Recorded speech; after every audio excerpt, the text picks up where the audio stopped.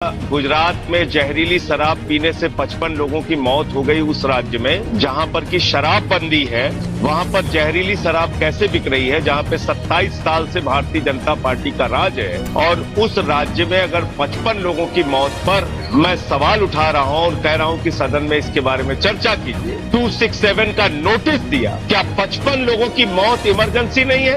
क्या 55 लोगों की एक सरकारी राजनीतिक संरक्षण में प्रायोजित जहरीली शराब से मैं तो कहूंगा हत्या जो की गई, यह इमरजेंसी नहीं लगती? आज भी लोग जिंदगी मौत से जूझ रहे हैं गुजरात में जहरीली शराब पीने के कारण। ये कोई आपातकाल की परिस्थिति नहीं लग रही है भारतीय जनता पार्टी को और सुधांशु जी को। और महंगाई के सवाल पे आपने अस्पताल के कमरे का महंगा कर दिया, टैक्स बढ़ा दिया अस्पताल के कमरों पर। आपने दूध पे टैक्स लगा दिया बच्चों के, आपने दही का दाम बढ़ा दिया, आपने आटा का दाम बढ़ा दिया, चावल का दाम बढ़ा दिया, आपने महंगाई चरम पर पहुंचा दी। ये इमरजेंसी नहीं है। लेकिन मैंने सवाल उठाया था कल से लेके आज तक, आप बताइए इसमें मैंने क्या अपराध कर दिया, सुधांशु जी कौन सी गलती कर दी? अगर किसी हिंदुस्तान के राज्य में कोई बड़ी घटना हो जाएगी, राज्यसभा है, राज्यों से चुने हुए प्रतिनिधि यहाँ पर आते हैं, ये राज्यसभा विधायकों का वोट पाके हम लोग पहुंचते हैं।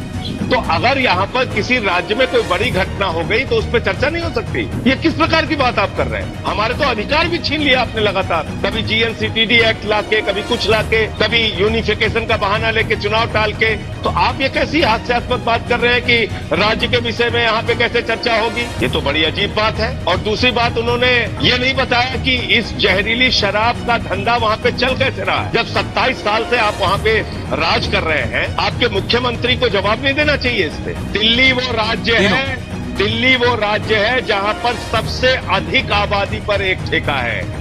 गोवा वो राज्य है जहां पर सबसे कम आबादी 761 लोगों की आबादी पर एक ठेका है। नोएडा वो शहर है जहां पर 12,000 की आबादी पर एक ठेका है।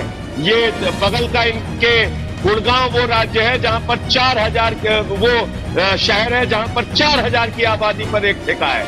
दिल्ली वो राज्य है जहां पर 42,000 की आबादी पर एक ठेका है, जहां पर 464 शराब के ठेके हैं। और नकली शराब से आपने 55 लोगों को मार दिया। ये धंधा वहां चल रहा है गुजरात में, उसमें आपके मुंह से एक शब्द नहीं निकल रहा है। अरे गुजरात के मुख्यमंत्री का तो इस्तीफा हो जाना चाहिए।